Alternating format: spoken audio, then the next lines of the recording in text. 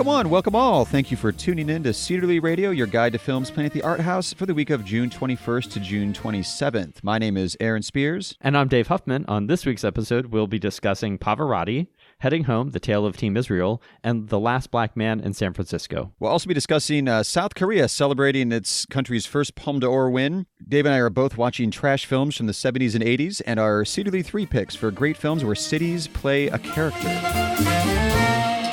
All right, we always like to start off the show with the last scene first because we're a little backwards that way. So, Dave, what is the last film you've seen? I'm going to sort of cheat because the last thing I saw was a movie, but it was on Blu-ray, and I watched it with the director's commentary. Well, it wasn't the director's commentary; it was audio commentary. Well, it still counts. And okay, that counts. Yeah, then? I would think so. All right, so I watched the new Blu-ray release of the classically terrible movie Can't Stop the Music, which features audio commentary by my friend Jeffrey Schwartz, who directed the documentary all about Alan Carr, who produced Can't Stop the Music, as well as audio commentary with Bruce Valanche, who was who wrote the first draft of Can't Stop the Music. Did he really? Kind of peripherally involved, yeah.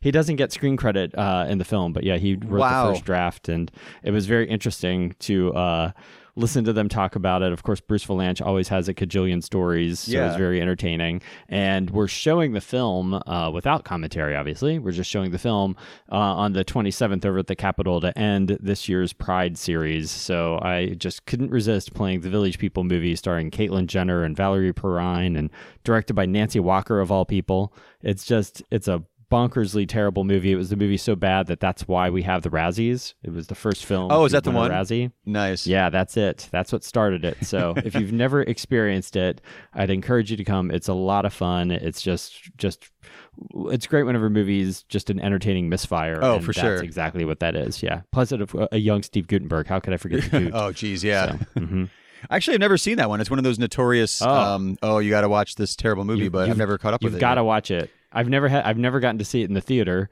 because obviously, even though could have seen it in the theater back in 1980, apparently my parents didn't feel like taking me, and it was probably in the theaters for maybe like 2 weeks or something. It was such a big bomb. Yeah, I think it was only a hit in Australia, as I think the only place that the movie was a hit. I don't know if that's what that says about Australian taste. Then, if that's did they get it or did they not get it? Well, I don't know. There's something about Australians and disco music because there's this frequent statistic cited that more Australians watched this ABBA concert that was broadcast down in Australia than watched the moon landing. That's like another like weird Australian statistic about their love of disco. So there's also a weird Australian connection to that because there was a movie years ago called The Dish. Yeah, The Dish. That was all about how Australia's role in getting the moon landing broadcast to the world. So it was pretty important to them as well. Yeah, but it turns out they'd rather watch ABBA. And, I can't blame them. Well, yeah, I mean, ABBA's probably more entertaining. Maybe less historically important. I was going to say, not as important, but yeah.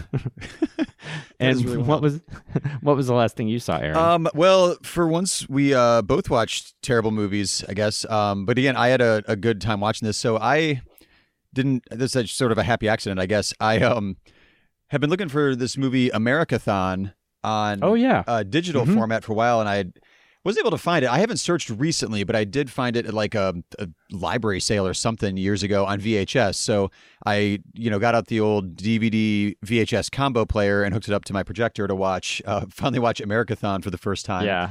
1979 Neil Israel comedy, which I was sold right away because I grew up being a big Three's Company fan, and John Ritter to me as a kid was just the epitome. He and Steve Martin were just like, that's what comedy was. So getting to watch John Ritter play the president, Fred Willard works with him as a co-star, but works in his cabinet.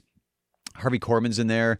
It's a crazy movie where it's one of those like failed future movies where it's in the 70s. Yes. They're trying to say what America's going to be like in 1998. So, they got several things kind of right in a weird way. And then a bunch of stuff is wildly wrong. George Carlin also narrates it as if he's the main character who's not played by George Carlin. So that's step one in like, this makes no sense. Yeah. It is not a very good movie, but I saw it as well on whenever I had the Warner Instant Archive. Oh, the Warner Archive, streaming service. Yeah. Yeah. That was one of the films that I watched on that, and so I've recently watched that as well in the last couple of years, probably. It's an interesting argument of whether or not it holds up. I think it does because it's kind of just a dumb studio comedy, but there's enough kind of little interesting political elements. Like there's the demise of the Soviet Union. There's the kind of rise of reality television. There's the sale of public assets, out just to make money. There's a weird hybrid in this movie where all of the Arab states and Israel have like settled their differences because they hate the West so much or something. I think it's really weird comedic politics, but it also has that vibe of Airplane or like the Zucker Brothers movies. I didn't check the dates to see if any of this overlapped, but there's like a pun or a joke like every other second. And it comes so fast that if one or two jokes don't land for you, then maybe the next one will. And they're so rapid fire that you're never bored watching it. But it's an interesting disaster, I guess I would say. Yes, I would say yes. It's a unique misfire as well. So yeah, it's a curiosity certainly. That very much. No one yeah, really curiosity talks about is exactly anymore, the way to say it. except for the two of us right now. So right, exactly. And then this week at the Art House, we had a lot of people coming out to see the new movies that we opened, so that was great. People absolutely love Echo in the Canyon, just like people did at the film festival. Yeah. It's getting a huge response from people. Everyone's talking about it as they come out and they're standing around the lobby. Just, of course, the main thing they talk about is how great the music is. Right. And what a weird thing. You don't always think about all these people knowing each other. Like you sort of assume that every celebrity kind of knows each other in some abstract way, but it turns out they're all like neighbors. Right. It's a very interesting kind of story. And Late Night, people seem to be enjoying Late Night as well with Emma Thompson. That one also did very well this weekend. So I think those will be playing for quite a while here at the Cedar Lee. It's that classic recipe of you don't want the dour, serious, World War II film coming out in the summertime. Something a little bit either lighter or kind of culturally nostalgic always seems to work. It's a bit more of a relaxed time, I guess, to go out to the theaters. Speaking of out to the theaters, we mentioned when the new Bong Joon-ho film Parasite won the Palme d'Or at the Cannes Film Festival a couple weeks ago. Yes. And we were mentioning how the Sundance class of 2019 has been slowly kind of rolling out into American theaters. Well, that was, months and months ago. So Parasite went right from Cannes to opening in its native country, South Korea. And it's only been out for 2 weeks there, but the story generally at the international box office this time of year is the big American movies, the big Hollywood films are cleaning up. If you go back the last few weeks, you've got Avengers, Detective Pikachu, Godzilla, Aladdin, Dark Phoenix was number one in a bunch of territories over the weekend. But not in South Korea. They went for the Palme d'Or, winning the first South Korean film to win the Palme d'Or, Parasite. It beat out Aladdin, Dark Phoenix, Rocketman, all these bigger Hollywood movies the last few weeks, and has already hit like $50 million in South Korea in just 2 weeks of opening. So people of South Korea are very, very much celebrating and also enjoying. I mean, if it's repeat box office, it's the same pattern as in America. I mean, it's got some legs, it's got some staying power, and it's really connecting with audiences. I always find it funny to look at, like, when there's wide releases, like how many screens did Avengers Endgame open on here in America? Oh, over 4,000, I think. Right, like a lot, like tons and tons. So in South Korea, Parasite opened on like 1,200 screens, which again, economy of scale, it's not as big as America, but still, raking in that much money on much smaller screens, it's a indication of what the size hit it really is. Yeah, it'll be interesting. I think it opens up here in the States in October, so I'll be very curious to see what Neon ends up doing with it, if it ends up just being, a film that definitely belongs here at the Cedar Lee, and then they might decide there's more potential for it to play other places. Right. Especially with Korean culture, with BTS and, the music, Korean music being so popular here in America right now. So it'll be interesting to see if they think like just Korean culture, if there's going to be, opportunities for, that to expand beyond just music. True. And also, I mean, October is more the traditional time. That's when you would release the critically acclaimed foreign film to get, the awards attention and try to capture some of the audience in America at that time as well. Mm-hmm. Which is kind of unfortunate that it's, well, maybe it's not necessarily unfortunate, but like there's those patterns. Like summer is blockbuster movie season, fall is the awards season, spring is like the PG-13 horror or Liam Neeson action movie every spring. That is still sort of the pattern for how, especially the foreign films, the awards where the foreign films come out here to the United States. All right, we will be right back with the new films opening this week at the theater.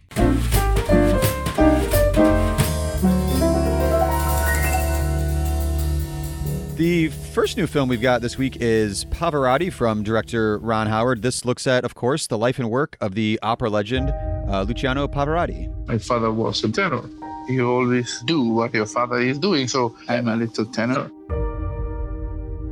My mother says, my son sings with a beautiful voice. I said, Mama, you say that because you are my mother. No, because I don't say that when I hear your father. Luciano's voice was beautiful. He was just opening his mouth. Everything was easy. He was a nervous wreck before every performance. He would always say, We go to die. Can you be sure you'll hit the note? No, that is the beauty of my profession.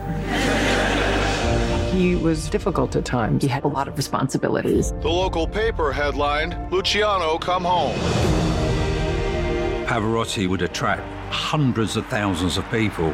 He became the global rock star. Mr. Pavarotti, on the road, you like to have a hotel room with a kitchen, isn't that right? So, Dave, when you hear Ron Howard, do you immediately think of his documentary work? No, I do not. I still immediately think of Happy Days. I think of him as an actor, too. Yeah, or American Graffiti. Yeah.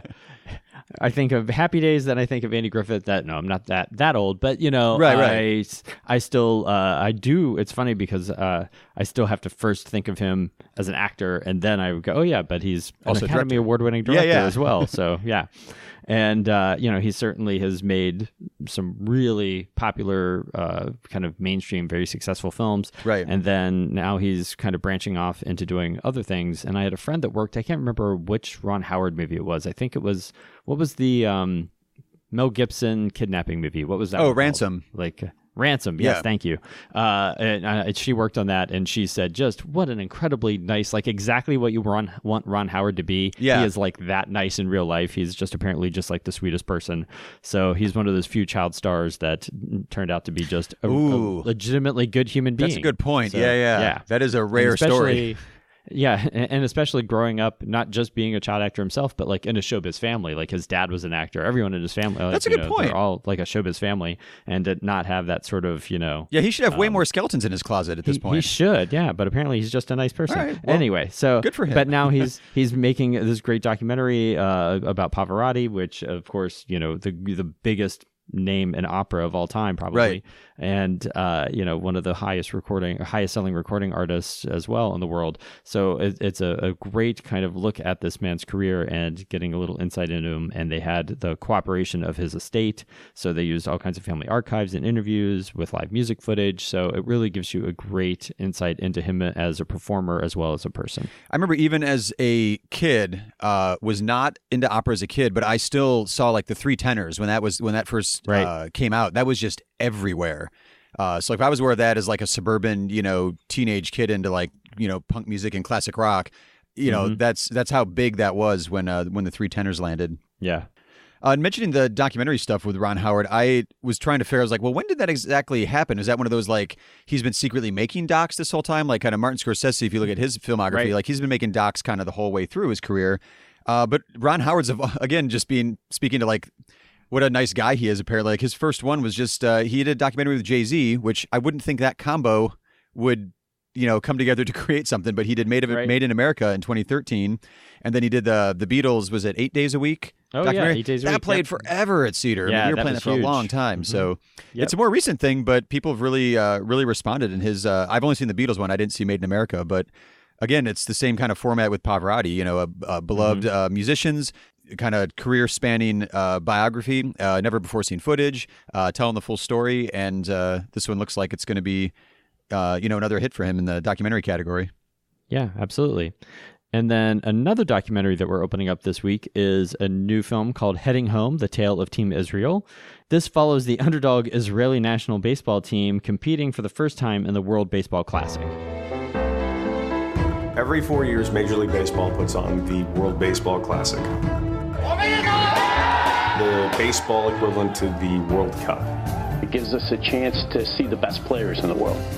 When I found out Israel was going to have a team, I thought it was a pipe dream. I never thought it was going to happen. We've got Zide, we've got Baker, we've got Bleish. Everybody needed to be Jewish, so there's no big name recognition. So this is the rare movie, Dave, where we've both seen this one ahead of time. We have, yeah. You, I think, saw it last year when it played as part of the Jewish Film Festival. I did, here yes. At the Cedar, and I just watched it in anticipation of us opening the film.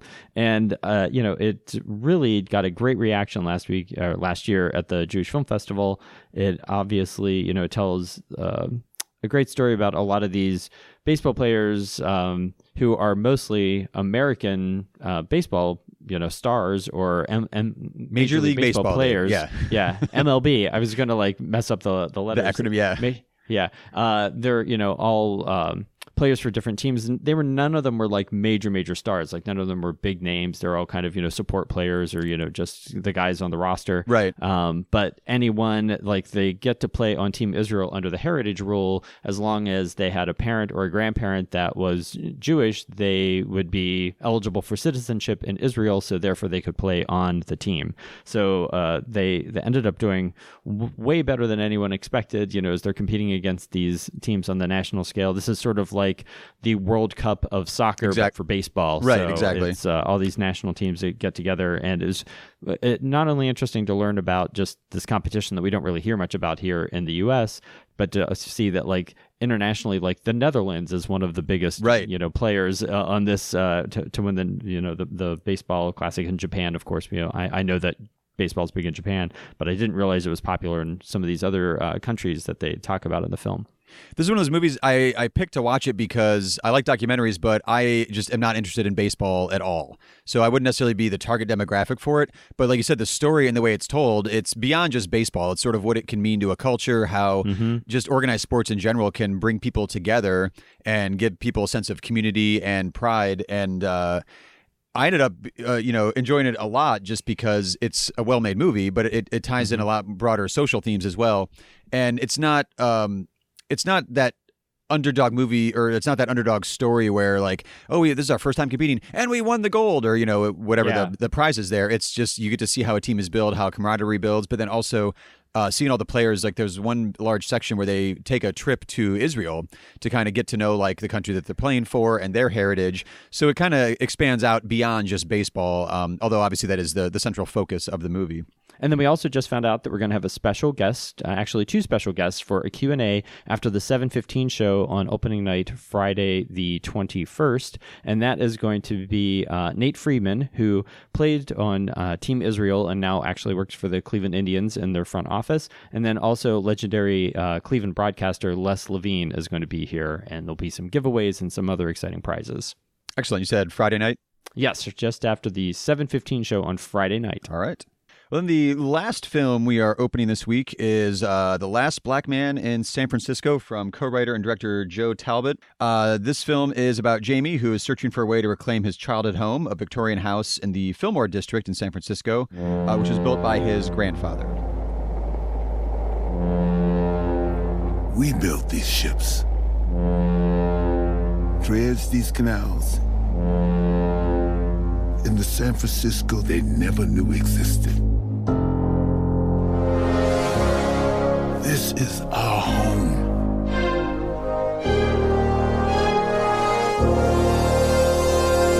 You two stick together.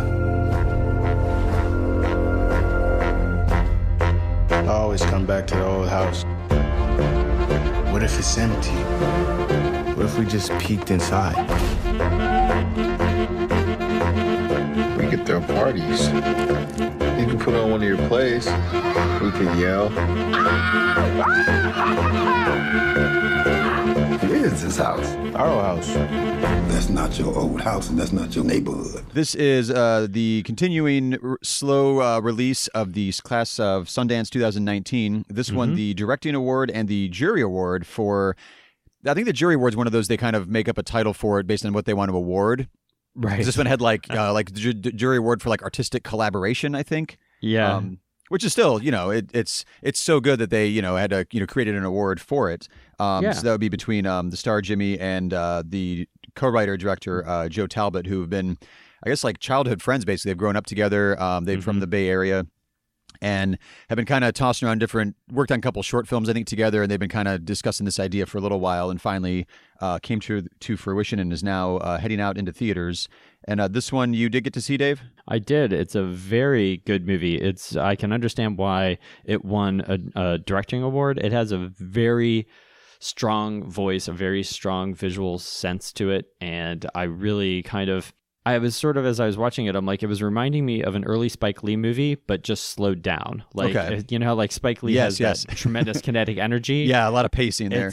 Yeah, like this is kind of like the opposite of that, but it's just the way that is sort of like, especially the introduction of the film has a sort of almost like do the right thing kind of like quality of kind of, you know, non-traditional dialogue, kind of stylized kind of way of speaking and introducing things. That kind of just reminded me of that. But it's a really beautiful, really good film. So I'm excited. We're opening it up here. It's going to be an exclusive here at the Cedar Lee, at least for the opening week. Yes. So I was already excited, and all the stuff you're saying is just getting me more and more hyped. Yeah, it's really, really good. So, I think that people are going to really respond to it. So I was looking up the director because this is a feature film debut for Joe Talbot, the director. So I read a few interviews with him, and even I think it was his IMDb profile lists him as a 5th-generation San Franciscan. So like he's very much, you know, he's got a lot of pride in where he's from and wants to, you know, make a mark as a. It seems like, I know it's only one movie, but like a regional filmmaker, as we said on last episode, and we'll talk about here in a minute, like San Francisco is clearly a character in this film, but it's also near and dear to his heart. But I also find it kind of interesting, this kind of, I feel like we mentioned this on the show, but maybe it was just chatting in person, this sort of weird, not weird, but like this really interesting renaissance that's going on in just the Bay Area of San Francisco and Oakland, where even just last calendar year, you had Blind Spotting, kind of about, you know, friendship in a gentrified area of Oakland. Sorry to Bother You, similar themes playing out there, also in Oakland, but it's a bit more in the science fiction realm because it's kind of almost a parallel universe to what we have now. And now we have this film, which they're all kind of looking at, you know, people trying to find their place in a gentrified neighborhood that has a, you know, a history to each individual character as well. So something's going on in Oakland, and I'm enjoying it so far. Yeah. I think I can't remember what movie it was that spurred that conversation, but I believe we had talked about that a little bit. Yeah, there's a lot of stuff going on out there. And so we will be right back with our Cedar Lee 3 this week, inspired by The Last Black Man in San Francisco.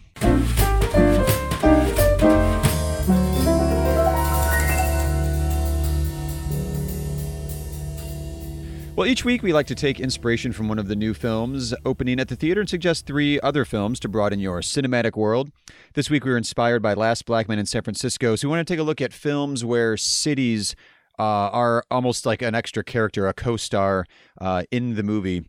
This one is, I guess, a bit more open to interpretation than some of our other titles or topics have been in the past, Dave. Was there a certain city that popped out? I know, you know, you're an Anglophile, so I'm guessing it was London, but was there a city besides London that popped out where you're like, oh, that's a city I want to... I did toy with the idea of only, making them all be London picks. Yeah. But then I thought, no. And then I thought, oh, maybe I'll make it has to be a city that I've been to. But then one of the films I really wanted to talk about is a city that I have not been to. Oh, okay. So,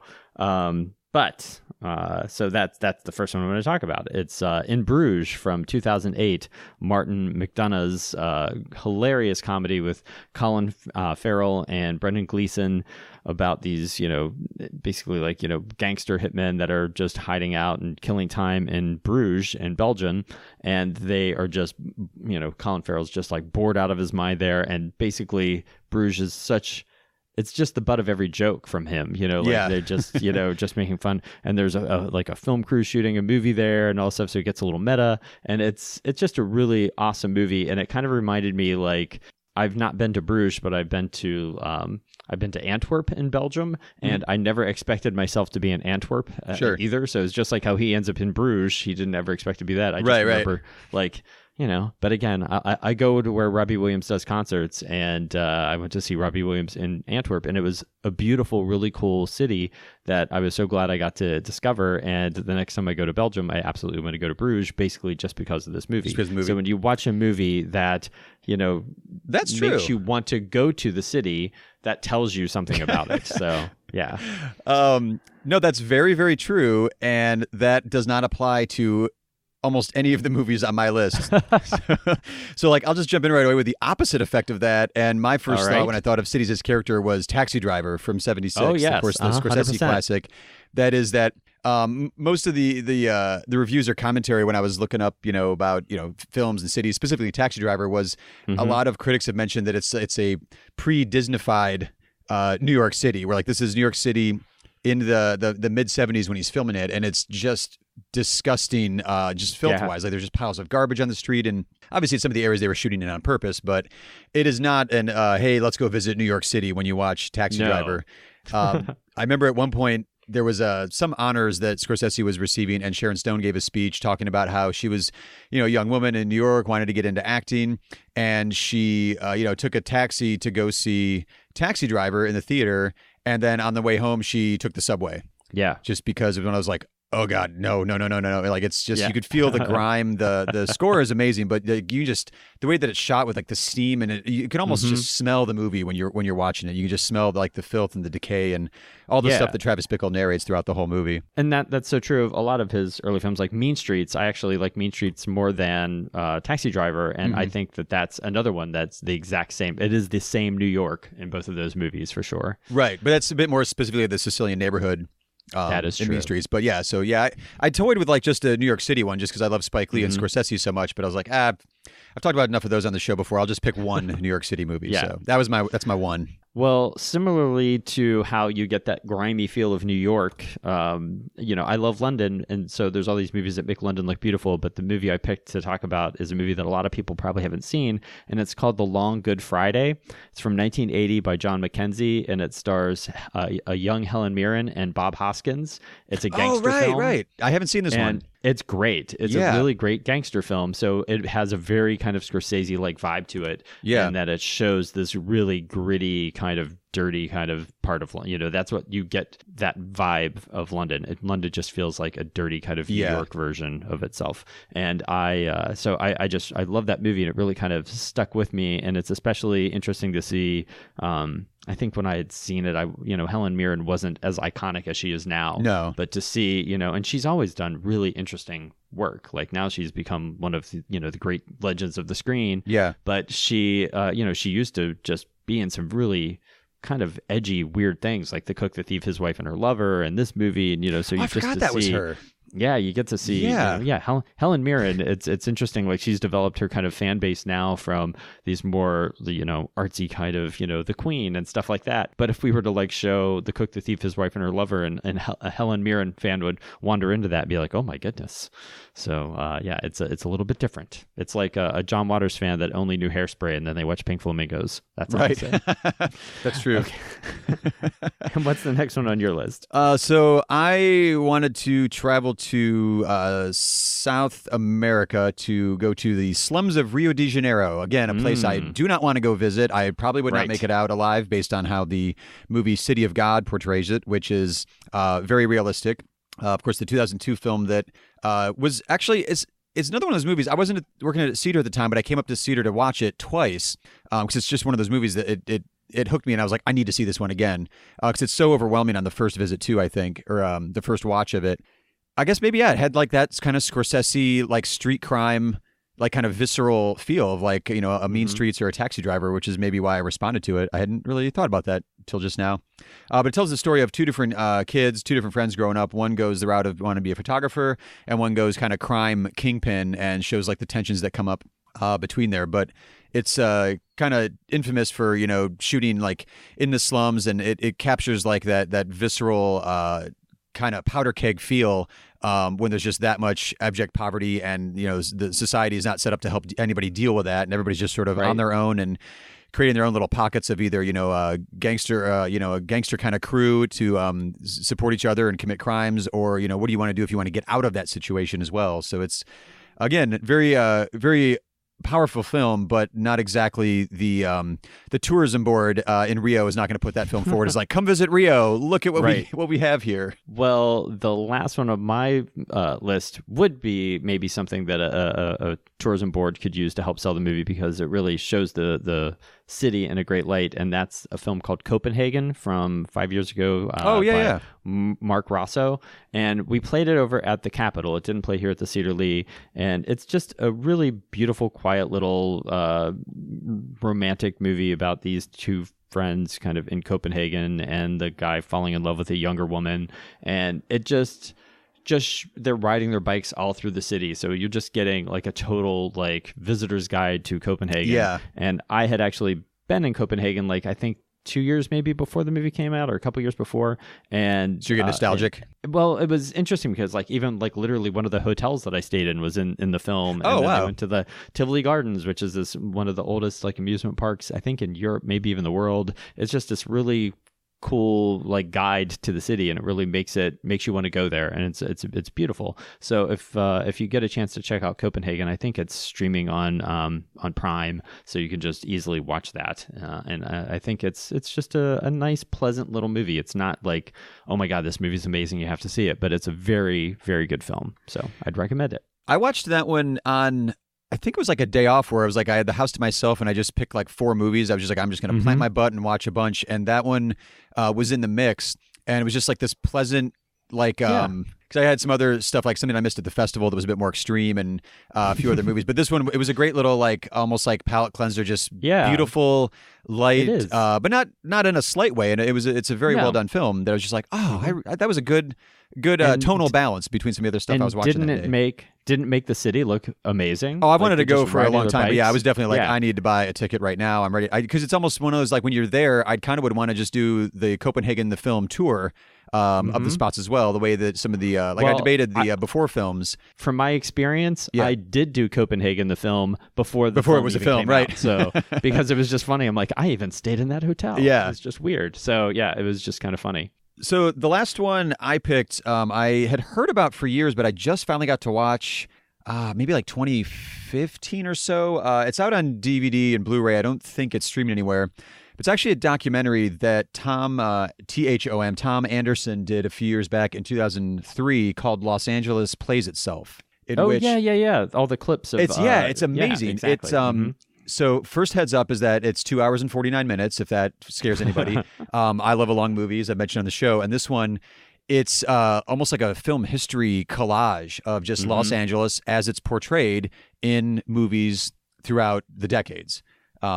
Which, I mean, simple as that. So it's it also gives you a lot of recommendations where you're like, wait, what is that? That looks really cool. So like I had a piece of paper with me as I was watching it, and I had, probably 20 movies that I needed to go find, because the clips and the way that it kind of portrays a city, also in various lights, like we said, there's like, crime films, there's, romantic films, there's musicals. So, and also Los Angeles, it's one of the most, if not the most, like, filmed city probably throughout film history as well. Mm-hmm. That's an unofficial title. I'm just giving it right now, but I feel like it's pretty close, if not, one of the top cities. Sure. So that is our Cedar Lee 3 picks for this week. On next week's episode, we'll be discussing the documentary Toni Morrison, The Pieces I Am. And since we've already done some sort of author-themed Cedar Lee 3 lists over the year, we are going to take a little halt on the inspiration from a film, and we're going to check in. We're halfway through the calendar year for films, so we're going to look at 3 highlights each of the film year of 2019 so far. If you have any favorite films of the year so far that you would like to give a shout-out to, submit your picks at Cedar Lee Theater with an R-E at the end using the hashtag Cedar Lee 3, the number 3. But before we sign off for this week, we always like to let you know about a few special events that we have coming up here at the theater. The first film that we've got coming up that's a special event this week is a special 25th anniversary screening of the Oscar-winning film Forrest Gump, starring, of course, Tom Hanks, and that is going to be playing on Tuesday, June 25th at 7 o'clock. The kids series is rolling right along. This Wednesday at 10 a.m., we're showing The Penguins of Madagascar. This is part of the family film series going throughout the summer. Admission to all these films is $1. And then we have our ongoing Met Summer Encore series this week on June 26th at 7 o'clock. We'll be showing La Boheme. As always, thank you for tuning in to Cedarly Radio and lending us your ears this week. All the music heard on the show is original music written by Grant Heineman and performed by the New Heights Jazz Ensemble, used with their permission, of course. Visit clevelandcinemas.com for correct showtimes and to purchase advance tickets. Also, there are links in the show notes. You can use those if you'd like as well. Follow us on Facebook, Twitter, and Instagram. We are at Cedarly Theater, spelled with an R-E at the end because we're fancy like that. Don't forget to subscribe to the show wherever you find your podcast, and while you're subscribing, leave us a rating and review, or better yet, tell a fellow film geek about the show. We'll see you at the movies.